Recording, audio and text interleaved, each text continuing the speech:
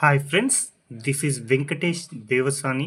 Target Telangana high court ఎగ్జామ్కు సంబంధించినటువంటి ముఖ్యమైన కరెంట్ అఫైర్స్లని ఇప్పటివరకు డిస్కస్ చేయడం జరిగింది. వాటికి కొనసాగింపుగానే మరికొన్ని ప్రశ్నలను ఈ యొక్క వీడియోలో డిస్కస్ చేద్దామండి. ఈరోజు మనం డిస్కస్ చేయబోతున్న మొదటి ప్రశ్న ఓవరాల్గా 131వ ప్రశ్న చూడండి. ప్రపంచంలోనే అతిపెద్ద ఆధ్యాత్మిక వేడుక అయినటువంటి మహాకుంభమేళా ఇటీవల ఎప్పుడు ప్రారంభమైందని అడుగుతున్నారండి. కాబట్టి 2025 జనవరి 13వ తేదీన ఉత్తరప్రదేశ్ రాష్ట్రంలో ఉన్నటువంటి ప్రయాగ్రాజ్ వద్ద గల త్రివేణి సంగమం వద్ద ఈ యొక్క మహాకుంభమేళా అనేది ప్రారంభం కావడం జరిగింది.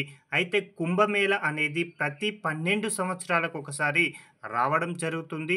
అదే మహాకుంభమేళా అయితే 144 సంవత్సరాల తర్వాత రావడం జరుగుతుంది. కాబట్టి ప్రస్తుతం 2025 సంవత్సరంలో వచ్చినటువంటిది మహాకుంభమేళా అంటే దాదాపుగా 144 సంవత్సరాల తర్వాత రావడం జరిగింది. ఎప్పటి నుంచి ఎప్పటి వరకు ఈ కుంభమేళా జరిగింది అంటే 2025 జనవరి 13 నుంచి ఫిబ్రవరి 26వ తేదీ వరకు కూడా ఈ యొక్క మహాకుంభమేళా అనేది జరగడం జరిగింది. అయితే ఎన్ని రోజులు అంటే 45 రోజులు అని గుర్తుంచుకుంటే సరిపోతుందండి. ఇక 132వ ప్రశ్న, ఇటీవల భారత ప్రధాని మిషన్ మౌసమ్ని ఎప్పుడు ప్రారంభించారని అడుగుతాడండి. 2025 జనవరి 14వ తేదీన న్యూఢిల్లీలో భారత ప్రధాని ప్రారంభించారండి. ముఖ్యంగా భారత వాతావరణ శాఖ ఏర్పడి 2025 నాటికి 150 సంవత్సరాలు అనేవి కావడం జరుగుతుంది. ఆ సందర్భంగా ఏర్పాటు చేసినటువంటి వేడుకల్లో ఈ యొక్క మిషన్ మౌసమ్ని ప్రారంభించడం జరిగింది. అయితే ఈ యొక్క మిషన్ మౌసమ్ యొక్క ముఖ్య ఉద్దేశం ఏంటి అంటే ఏఐ, మిషన్ లెర్నింగ్ వంటి అత్యాధునిక టెక్నాలజీని ఉపయోగించి వాతావరణంలో చోటు చేసుకుంటున్నటువంటి మార్పులను అధ్యయనం చేసి ఖచ్చితమైనటువంటి వాతావరణ సమాచారాన్ని వేగంగా ఖచ్చితత్వంతో అందించాలనే ఉద్దేశంతో ఈ యొక్క మిషన్ మౌసమ్ని అయితే ప్రారంభించారు. కాబట్టి దేనికోసం అని అడగవచ్చు. కాబట్టి ఖచ్చితత్వమైన వాతావరణ సమాచారం కోసం ఈ యొక్క మిషన్ మౌసమ్ అనేది పనిచేస్తుందని గుర్తుంచుకోండి. అదేవిధంగా మరొక ప్రశ్న అంటే చాలా ఇంపార్టెంట్ ఉన్నటువంటి ప్రశ్న, తెలంగాణకు సంబంధించి ఇటీవల ఏర్పాటు చేసినటువంటి జాతీయ పసుపు బోర్డుకి నూతన అదేవిధంగా ప్రస్తుత చైర్మన్గా ఎవరు పనిచేస్తున్నారని అడుగుతున్నారండి. తెలంగాణ రాష్ట్రంలో పసుపుకు సంబంధించిన బోర్డుని ఇటీవల ఏర్పాటు చేశారు. అది ఎప్పుడు అంటే 2025 సంవత్సరం అని గుర్తుంచుకోండి. ఎక్కడ ఏర్పాటు చేశారు అంటే నిజామాబాద్ జిల్లా అని గుర్తుంచుకుంటే సరిపోతుందండి. అయితే దానికి సంబంధించి ఇటీవల చైర్మన్ని నియమించారు. ఇతని ప్రత్యేకత ఏంటి అంటే తొలి మరియు ప్రస్తుత చైర్మన్గా ఎవరు బాధ్యతలను చేపట్టారు అంటే పల్లె గంగారెడ్డి అండి. చాలా ఇంపార్టెంట్. పల్లె గంగారెడ్డి అండి ప్రస్తుతం తెలంగాణలో ఉన్నటువంటి జాతీయ పసుపు బోర్డుకి నూతన చైర్మన్ అని గుర్తుంచుకుంటే సరిపోతుంది. ఇతని యొక్క పదవీ కాలం గనక పరిశీలిస్తే 3 సంవత్సరాల వరకు కూడా ఈ యొక్క పదవిలో కొనసాగబోతున్నాడు. చాలా ఇంపార్టెంట్. ఇక 134వ ప్రశ్న, హెన్లీ అండ్ పార్ట్నర్స్ సంస్థ విడుదల చేసినటువంటి నివేదిక ప్రకారం 2025లో అత్యంత శక్తివంతమైన పాస్పోర్ట్ జాబితాలో భారత్ ఎన్నవ స్థానంలో నిలిచిందని అడుగుతున్నాడండి. 2025 జనవరి 8వ తేదీన ఈ యొక్క హెన్లీ పాస్పోర్ట్ రిపోర్ట్ను అయితే విడుదల చేయడం జరిగింది. మొత్తంగా 199 దేశాలను పరిగణలోకి తీసుకొని ఈ యొక్క రిపోర్ట్ను రూపొందించారండి. అయితే ఈ యొక్క రిపోర్ట్లో భారత్ ఎన్నవ స్థానంలో ఉంది అంటే 85వ స్థానం అని గుర్తుంచుకుంటే సరిపోతుందండి. అదే గత సంవత్సరం 2024లో భారత్ 80వ స్థానంలో ఉండగా ప్రస్తుతం 85వ స్థానానికి రావడం జరిగింది. అయితే ఈ యొక్క భారతదేశం 85వ స్థానంలో ఉంది అంటున్నాం కదా. అయితే భారతదేశంలో ఉన్నటువంటి పాస్పోర్ట్తో 57 దేశాలకు వీసా లేకుండా ప్రయాణం చేయవచ్చు. కాబట్టి చాలా ఇంపార్టెంట్గా గుర్తుంచుకోండి. అదేవిధంగా ప్రపంచంలోనే అత్యంత శక్తివంతమైన పాస్పోర్ట్ కలిగినటువంటి దేశంగా సింగపూర్ అనేది వరుసగా రెండవసారి మొదటి స్థానంలో నిలిచిందండి. ఈ యొక్క సింగపూర్కు సంబంధించి 195 దేశాలకు వీసా లేకుండా వెళ్ళొచ్చండి. చాలా ఇంపార్టెంట్. 195 దేశాలకు సింగపూర్కు వీసా లేకుండా వెళ్ళొచ్చు అని ఈ యొక్క రిపోర్ట్ పేర్కొంది. కాబట్టి చాలా ఇంపార్టెంట్గా గుర్తుంచుకోండి. ఇక మరొక అంశం అండి 135వ ప్రశ్న, ఇటీవల 55వ జీఎస్టీ కౌన్సిల్ సమావేశం ఎప్పుడు నిర్వహించారు లేదా ఎక్కడ జరిగిందని అడగవచ్చు. కాబట్టి 55వ జీఎస్టీ కౌన్సిల్ని 2024 డిసెంబర్ 21వ తేదీన రాజస్థాన్లో ఉన్నటువంటి జైసల్మీర్లో నిర్వహించగా దీనికి అధ్యక్షత బాధ్యతలను చేపట్టినది కేంద్ర ఆర్థిక మంత్రివర్యులు అయినటువంటి నిర్మలా సీతారామన్ గారు అని గుర్తుంచుకుంటే సరిపోతుందండి. ఇక మరొక అంశం అండి, చాలా ఇంపార్టెంట్. ఇది కూడా ఇటీవల ఇస్రో నూతన చైర్మన్గా ఎవరు నియమితులయ్యారు అని అడుగుతున్నారండి. ఇప్పటివరకు ఇస్రో చైర్మన్గా పనిచేసినటువంటి సోమనాథ్ గారి యొక్క పదవీ కాలం అనేది 2025 జనవరి 14వ తేదీన ముగియడంతో నూతన ఇస్రో చైర్మన్గా ఇటీవల డాక్టర్ వి నారాయణ్ గారు 2025 జనవరిలో బాధ్యతలను చేపట్టారు. ప్రస్తుతం ఇస్రో చైర్మన్ అంటే ఎవరు గుర్తుకు రావాలి అంటే వి నారాయణ్ అని గుర్తుంచుకుంటే సరిపోతుంది. ఇక 137వ ప్రశ్న, ఇటీవల మరణించినటువంటి మన్మోహన్ సింగ్ గారు దేశానికి ఎన్నవ ప్రధానిగా సేవలు అందించారని అడుగుతున్నారండి. మాజీ ప్రధాని అయినటువంటి మన్మోహన్ సింగ్ గారు 2024 డిసెంబర్ 26వ తేదీన అనారోగ్యంతో మరణించడం జరిగింది. అయితే ఇతను భారతదేశానికి 2004 నుంచి 14 వరకు కూడా 13వ ప్రధానిగా సేవలనైతే అందించడం జరిగిందిగా గుర్తుంచుకోండి. అయితే ఇతడు భారత ప్రధాని కాకముందు అనేక పదవులను అలంకరించడం జరిగింది. అందులో ప్రణాళిక సంఘానికి డిప్యూటీ చైర్మన్గా, ఆర్బీఐకి గవర్నర్గా, ప్రధానమంత్రి సలహాదారునిగా, యూజీసీకి చైర్మన్గా కూడా పనిచేశారండి. అదేవిధంగా 1991లో ఆర్థిక శాఖ మంత్రిగా, 1987లో ఇతనికి దేశంలో 2వ అత్యున్నత పౌర పురస్కారమైనటువంటి పద్మ విభూషణ్ అవార్డు కూడా రావడం జరిగింది. అయితే ఇతడు ఎప్పుడు కూడా లోక్సభ నుంచి పోటీ చేయలేదండి. రాజ్యసభ సభ్యుడుగానే ఉంటూ తన యొక్క గళాన్ని పెద్దల సభలో వినిపించేవాడు. ఆ విధంగా 1991 నుంచి 2019 వరకు కూడా అస్సాం రాష్ట్రం నుంచి అండి, చాలా ఇంపార్టెంట్, 1991 to 2019 వరకు కూడా అస్సాం రాష్ట్రం నుంచి రాజ్యసభకు ఎంపీగా ఎన్నిక కావడం జరిగింది. ఇక 2019 నుంచి 2024 వరకు కూడా రాజస్థాన్ రాష్ట్రం నుంచి రాజ్యసభ సభ్యుడిగా ఎంపిక కావడం జరిగింది. కాబట్టి ఈ యొక్క అంశాన్ని కూడా గుర్తుంచుకోండి. ఇక 138వ ప్రశ్న, 82వ గోల్డెన్ అవార్డులకు సంబంధించి అంటే గోల్డెన్ గ్లోబ్ అవార్డు 2025లో ఉత్తమ చిత్రంగా ఎంపికైనది ఏది అని అడుగుతున్నారండి. ఉత్తమ చిత్రం వచ్చేసి ఎమిలియా ఫెరెజ్ అండి, ఒక ఫ్రెంచ్ దేశానికి సంబంధించిన చిత్రం అండి. ఆ యొక్క చిత్రమే 82వ గోల్డెన్ గ్లోబ్ అవార్డులలో ఉత్తమ చిత్రంగా ఎంపిక కాగా, ఉత్తమ నటుడుగా సెబాస్టియన్ స్టాన్ అండి, చాలా ఇంపార్టెంట్, సెబాస్టియన్ స్టాన్ అనేటువంటి వ్యక్తి, అదేవిధంగా ఆండ్రియన్ నికోలస్ అండి, వీరిద్దరూ కూడా ఉత్తమ నటుడు కేటగిరీలో అవార్డు అయితే దక్కించుకోవడం జరిగింది.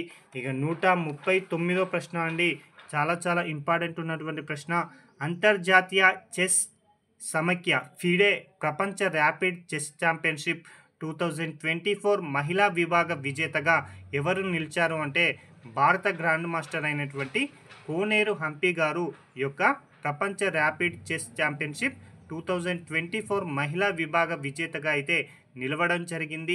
ఈమె ఆంధ్రప్రదేశ్ రాష్ట్రానికి సంబంధించినటువంటి క్రీడాకారిణి అండి. ఇక 140వ ప్రశ్న చూడండి, చాలా ఇంపార్టెంట్ ఉన్నటువంటి ప్రశ్న, ఇటీవల ప్రధానమంత్రి ముద్రా యోజన రుణ పరిమితిని గరిష్టంగా ఎంతకు పెంచారని అడగడానికి అవకాశం ఉందండి. గతంలో ఈ యొక్క పిఎం ముద్రా యోజన కింద గరిష్టంగా రుణం వచ్చేసి 10 లక్షల వరకు ఇచ్చేదండి. అయితే దాని యొక్క పరిమితిని ఎత్తివేస్తూ 20 లక్షల వరకు కూడా ఈ యొక్క గరిష్ట రుణ పరిమితిని పెంచడం జరిగింది. అయితే ఈ యొక్క పిఎం ముద్రా యోజన కింద 3 కేటగిరీల కింద రుణాలను అయితే అందించడం జరుగుతుంది. అందులో ఒకటి వచ్చేసి శిశు, మరొకటి కిషోర్, మరొకటి తరుణ్ అండి. ఈ యొక్క 3 విభాగాల ద్వారా రుణాలనైతే అందించడం జరుగుతుంది. అయితే ఈ యొక్క పిఎం ముద్రా యోజనని భారత ప్రభుత్వం ఎప్పుడు ప్రారంభించింది అంటే 2015 సంవత్సరం ఏప్రిల్ 8వ తేదీన ప్రారంభించిందని గుర్తుంచుకోండి. 2025 నాటికి 10 సంవత్సరాలు పూర్తి కావడం జరిగింది ఈ యొక్క పథకాన్ని ప్రారంభించి. ఇక 141వ ప్రశ్న అండి, మోస్ట్ ఎక్స్పెక్టెడ్ ప్రశ్న అండి, 2024 సంవత్సరంలో నోబెల్ శాంతి బహుమతిని ఎవరు గెలుచుకున్నారని అడగవచ్చు. కాబట్టి 2024 డిసెంబర్ 10వ తేదీన ఈ యొక్క నోబెల్ బహుమతులను ప్రదానం చేయడం జరిగింది. మొత్తంగా 12 మంది గ్రహీతలకి ఈ యొక్క నోబెల్ను ప్రకటించారండి. 6 రంగాలలో ఈ యొక్క నోబెల్ను అందించడం జరుగుతుంది. అందులో అత్యంత ఇంపార్టెంట్ ఉన్నటువంటి రంగంగా శాంతి విభాగాన్ని చెప్పుకుంటామండి. పీస్ విభాగం. ఈ యొక్క సంవత్సరం అంటే 2024 సంవత్సరంలో ఈ యొక్క నోబెల్ శాంతి బహుమతిని గెలుచుకున్నటువంటిది ఎవరు అంటే ఒక సంస్థ అండి. నిహాన్ హిడెంక్యో అనేటువంటి ఒక జపాన్ దేశానికి సంబంధించినటువంటి సంస్థకి ఈ యొక్క 2024 సంవత్సరంలో నోబెల్ శాంతి బహుమతి రాగా, సాహిత్య విభాగంలో హాన్కాంగ్ అనేటువంటి ఒక దక్షిణ కొరియా రచయిత్రకి ఈ యొక్క సాహిత్య విభాగంలో నోబెల్ వచ్చింది. ఇక వైద్య రంగంలో విక్టర్ ఆంబ్రోస్, అదేవిధంగా గ్యారీ రౌకున్ వీరు కూడా ఇద్దరు కూడా అమెరికా దేశానికి సంబంధించిన వారని గుర్తుంచుకుంటే సరిపోతుందండి. ఇక 142వ ప్రశ్న, 2024 సెప్టెంబర్లో ఐక్యరాజ్య సమితి సాధారణ సభ ఎన్నవ సమావేశం జరిగిందని అడగడానికి అవకాశం ఉంది. 2024 సెప్టెంబర్ 10 నుంచి 30 వరకు కూడా యుఎన్ఓ సాధారణ సభ సమావేశం జరిగింది. ఇది 79వ సమావేశం అని గుర్తుంచుకుంటే సరిపోతుందండి. అయితే ఈ యొక్క యుఎన్ఓ సాధారణ సభ 79వ సమావేశానికి అధ్యక్షుడిగా పిలేమాన్ యంగ్ అనేటువంటి వ్యక్తి బాధ్యతలను అయితే చేపట్టడం జరిగింది. ఈ యొక్క సభకు భారతదేశం నుంచి ఎవరు హాజరయ్యారు అంటే ఎస్ జయశంకర్ అండి, కేంద్ర విదేశాంగ మంత్రివర్యులు ఈ యొక్క సమావేశానికి హాజరు కావడం జరిగింది. ఇక మరొక అంశం అండి, 143వ ప్రశ్న, ఇటీవల నిర్వహించినటువంటి చోగం సదస్సుకు ఆతిథ్యం ఇచ్చిన దేశం ఏది అని అడుగుతున్నారండి. అయితే ఇటీవల నిర్వహించినటువంటి చోగం సదస్సు ఎప్పుడు నిర్వహించారు అంటే 2024 అక్టోబర్ 21 నుంచి 26 వరకు నిర్వహించడం జరిగింది. అయితే ఆ యొక్క సమావేశానికి సమోవా దేశంలో ఉన్నటువంటి అపియా అనేటువంటి ప్రాంతం ఆతిథ్యం ఇవ్వడం జరిగింది. ఈ యొక్క సమావేశానికి అధ్యక్షత బాధ్యతలను నిర్వహించింది ఎవరు అంటే చార్లెస్ III అండి. బ్రిటన్ రాజు అయినటువంటి చార్లెస్ III ఈ యొక్క సమావేశానికి అధ్యక్షత వహించారు. అయితే ఈ యొక్క సదస్సుకు భారతదేశం నుంచి పార్లమెంటరీ వ్యవహారాల మంత్రి అయినటువంటి కిరణ్ రిజిజు గారు హాజరు కావడం జరిగింది. కాబట్టి ఈ యొక్క అంశాన్ని కూడా గుర్తుంచుకోండి. ఇక 144వ ప్రశ్న, ఇటీవల ఏషియన్ సమ్మిట్ 2024కి ఆతిథ్యం ఇచ్చిన దేశం ఏది అని అడుగుతున్నారండి. 2024 అక్టోబర్ 9వ తేదీన ఏషియన్ సమ్మిట్ అనేది నిర్వహించారు. 44వ అదేవిధంగా 45వ ఎడిషన్కు సంబంధించిన సదస్సును అయితే నిర్వహించారు. ఈ యొక్క సదస్సుకు లావోస్ దేశంలో ఉన్నటువంటి వియాంటియన్ అనేటువంటి నగరం ఆతిథ్యం ఇవ్వడం జరిగింది. కాబట్టి ఈ యొక్క అంశం కూడా గుర్తుంచుకోండి. ఇక 145వ ప్రశ్న, గ్లోబల్ ఇన్నోవేషన్ ఇండెక్స్ 2024లో భారత్ స్థానం ఎంత అని అడుగుతున్నారండి. గ్లోబల్ ఇన్నోవేషన్ ఇండెక్స్ను 2024 సెప్టెంబర్లో విడుదల చేయడం జరిగింది. అయితే ఈ యొక్క ఇన్నోవేషన్ ఇండెక్స్లో భారత్ ఎన్నవ స్థానంలో నిలిచింది అంటే 39వ స్థానం అని గుర్తుంచుకోండి. అదే గత సంవత్సరం అంటే 2023 సంవత్సరంలో మాత్రం భారత్ 40 స్థానంలో నిలిచిందండి. ఇక మరొక అంశం అండి, చాలా ఇంపార్టెంట్ ఉన్నటువంటి అంశం, 17వ పారా ఒలింపిక్స్ 2024లో అత్యధిక పథకాలు గెలుచుకొని అగ్రస్థానంలో నిలిచినటువంటి దేశం ఏది అని అడగడానికి అవకాశం ఉంది. మొదటి స్థానంలో చైనా ఉందండి. 94 బంగారు పథకాలు, 76 రజతాలు, 50 కాంస్యాలు, మొత్తంగా 220 పథకాలతో చైనా మొదటి స్థానంలో ఉండగా, రెండవ స్థానంలో బ్రిటన్ ఉంది, మూడవ స్థానంలో అమెరికా ఉంది, 4వ స్థానంలో నెదర్లాండ్ ఉంది అని గుర్తుంచుకుంటే సరిపోతుందండి. ఇక 147వ ప్రశ్న, ఇటీవల జాతీయ మహిళా కమిషన్కి నూతన చైర్పర్సన్గా ఎవరు నియమితులయ్యారని అడుగుతున్నారండి. జాతీయ మహిళా కమిషన్కి ఇటీవల నూతన చైర్పర్సన్గా విజయ్ కిషోర్ రహత్కర్ గారు నియమితులు కావడం జరిగింది. ఈమె జాతీయ మహిళా కమిషన్కి 9వ చైర్పర్సన్ అండి. చాలా ఇంపార్టెంట్, 9వ చైర్పర్సన్ కొని గుర్తుంచుకుంటే సరిపోతుందండి. అయితే జాతీయ మహిళా కమిషన్ని ఏ సంవత్సరంలో ఏర్పాటు చేశారు అంటే 1992వ సంవత్సరంలో ఏర్పాటు చేయడం జరిగింది. ఇక 148వ ప్రశ్న, దేశంలోనే తొలిసారిగా చేపట్టిన పునర్వినియోగ రాకెట్ ప్రయోగం అనేది ఇటీవల విజయవంతమైంది. అయితే ఆ యొక్క రాకెట్ పేరు ఏంటి అని అడుగుతున్నారండి. అయితే ఇటీవల పునర్వినియోగ రాకెట్‌ని రూపొందించారు. దానిని ఇటీవల విజయవంతంగా ప్రయోగించారు. ఆ యొక్క రాకెట్ పేరే రూమి-1 అండి. రూమి-1 అండి. దీన్ని 2024 ఆగస్టు 24న తమిళనాడు రాష్ట్రం నుంచి ప్రయోగించడం జరిగింది. ఇక మరొక అంశం అండి, చాలా చాలా ఇంపార్టెంట్ ఉన్నటువంటి అంశం ఏంటి అంటే, ఇటీవల రైల్వే బోర్డ్ నూతన చైర్మన్‌గా లేదా రైల్వే బోర్డ్ తొలి దళిత చైర్మన్‌గా ఇటీవల ఎవరు నియమితులయ్యారని అడగవచ్చు. కాబట్టి సతీష్ కుమార్ అనేటువంటి వ్యక్తి రైల్వే బోర్డుకి నూతన చైర్మన్‌గా బాధ్యతలనైతే చేపట్టడం జరిగింది. ఓవరాల్‌గా ఇతడు 47వ రైల్వే బోర్డ్ చైర్మన్‌గా గుర్తుంచుకోండి. 2024 సెప్టెంబర్ 1వ తేదీన ఇతడు బాధ్యతలను చేపట్టడం జరిగింది. అయితే సతీష్ కుమార్‌కు సంబంధించినటువంటి ప్రత్యేకత ఏంటి అంటే, రైల్వే బోర్డుకి తొలి దళిత చైర్మన్ అండి. నేటి వరకి అంటే గతంలో ఎవరు కూడా ఒక దళిత వర్గానికి సంబంధించిన వ్యక్తి రైల్వే బోర్డ్ చైర్మన్‌గా పని చేయలేదు. కానీ తొలిసారిగా ఒక దళిత వ్యక్తి ఈ యొక్క రైల్వే బోర్డుకి చైర్మన్‌గా ఎన్నిక కావడం జరిగింది. అతని పేరు ఏం పేరు అంటే సతీష్ కుమార్ అండి. గతంలో రైల్వే బోర్డ్ చైర్మన్‌గా పనిచేసినటువంటి జయవర్మ సిన్హా యొక్క పదవి స్థానంలో ఇతను నూతనంగా బాధ్యతలను చేపట్టడం జరిగింది. జయవర్మ సిన్హాకు సంబంధించిన ప్రత్యేకత ఏంటి అంటే, రైల్వే బోర్డ్ తొలి మహిళా చైర్పర్సన్ అండి. రైల్వే బోర్డ్ తొలి మహిళా చైర్పర్సనా అని గుర్తుంచుకోండి. ఇక 150వ ప్రశ్న అండి. 2024లో మహిళల టీ20 ప్రపంచ కప్ విజేతగా నిలిచినటువంటి జట్టు ఏది అంటే, విజేతగా న్యూజిలాండ్ ఉండగా రన్నరప్‌గా దక్షిణాఫ్రికా ఉంది. అయితే ఈ యొక్క 2024లో నిర్వహించినటువంటి మహిళల టీ20 ప్రపంచ కప్ అనేది 9వ ఎడిషన్ అని గుర్తుంచుకోండి.